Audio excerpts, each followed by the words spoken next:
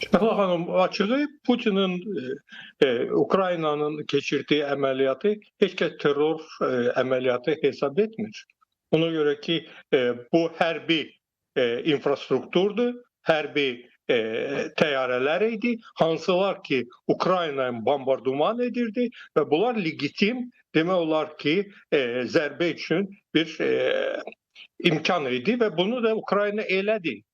İndi ABŞ təbii çalışır bu məsələdən məsafə saxlasın. Ona görə ki, bu strateji qüvvələrin bir hissəsidir və belə olan halda bu hədəfləri vurulması, yəni burada hansı bir şəkildə ABŞ-ın əli əşkar olunduğu halda Rusiya ABŞ-a qarşı hansısa bir iddialarla çıxış edə bilər.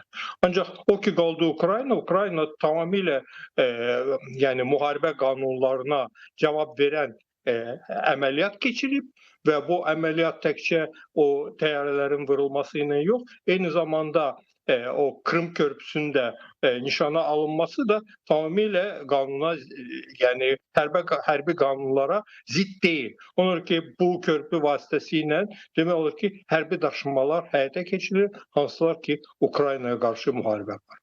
Təbii ki, amma Rusiya tərəfi bunu bu şəkildə görmür. Amma əsas sual ondan ibarətdir ki, hazırda Erdoğan deyir ki, mənim əsas məqsədim, arzum liderləri görüşdürməkdir. Putinin açıqlamasından belə görünür ki, bu gələcəkdə bir qədər mümkünsüzdür. Erdoğan necə razı sala bilər sizcə Putini? Düşünmürəm. Putin əslində Zelenski ilə görüşmək istəyində deyil. O ola bilsin ki, bəlkə Prezident Erdoğanla görüşsün. Ancaq əsas onun istəyi Trumpla görüşün təşkilidir.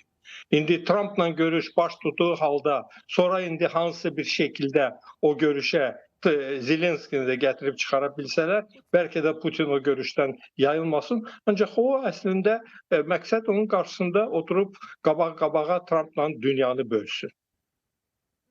Maraqlıdır, yəni indi bu ən azından bu görüşdə reallaşacaqmı deyə. Bir faktor da Zelenskidən gələn... Aha, buyurun. Bir şey inandırıcı deyil. Hər bir halda, yəni o memorandumdan ki, Rusiya tərəfi İstanbula gəlmişdi, gözləmək ki, hansı bir nəinki sülh, ümumiyyətlə atəşkəsə yaxın zamanda nail olmaq məsələsi düşünürəm ki, şübhəlidir. Maraqlıdır, bir tərəfdən də Zelenskinin açıqlaması var. Bugün Zelenski açıqlamasında qeyd etdi ki, təkcə hədəfdə Ukrayna deyil, Ukraynadan sonra Qazaxıstan, Belarus, Litva, Latviya, eyni zamanda Polşanın da adını çəkdi ki, Rusiyanın hədəfi ola bilər. Daimi olaraq bu fikirlər səsləndirilir, amma daha çox Qazaxıstanın üzərində dayandı. Yəni biz zaman-zaman bu məsələni eşidirik, yəni Qazaxıstan növbəti dəfə Ukraynadan sonra hədəf ola bilərmi deyə. Amma kəşfiyyat məlumatlarımız da var deyə bundan əvvəlki açıqlamalarda qeyd olunub. Real hesab edirsinizmi? Yəni bugün Qazaxıstan doğrudan da Rusiyanın hədəfində ola bilər. Nəzərə alsaq ki, Mərkəzi Asiya ölkələri içərisində Qərbin ən yaxın olduğu ölkə Qazaxıstandır həm də.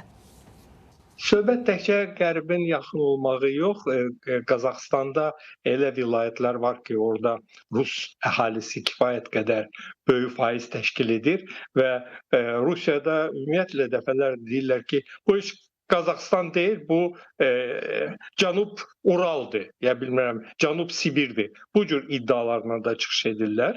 Və eyni zamanda indi o Ukraynanın son əməliyyatı ki, yəni dronlarla hərbi aerodromları vurmuşdular. Hesab olunur ki, o yəni tirlər ayrı onların Rusiya ərazisinə daxil olması Qazaxıstandan başqa hardansa həyata keçirmək qeyri-mümkün idi. Ona ki, indi bildiyiniz kimi Qərb sərhədləri tamamilə bağlıdır, ya müharibə gedir, ya da Belarus özü də ciddi nəzarət altındadır. Bunda bunlar hesab edirlər ki, o yəni o baza kimi istifadə olunan, yəni tirlər idi, ancaq əslində elə bil ki, balaca ev tikilmişdi ki, oradan o dronlar uçurdu. Onları elə bil ki, Qazaxıstandan gətiriblər. Hər bir halda Rusiyanın hərbi telegram kanalları bunu səhərdən axşamacan indi gəmirirlər. Ancaq düşünmürəm ki, Rusiya indi, yəni Ukrayna ilə getdiyi müharibə zamanı Qazaxıstana qarşı hansı bir ciddi hərbi səylər etsin.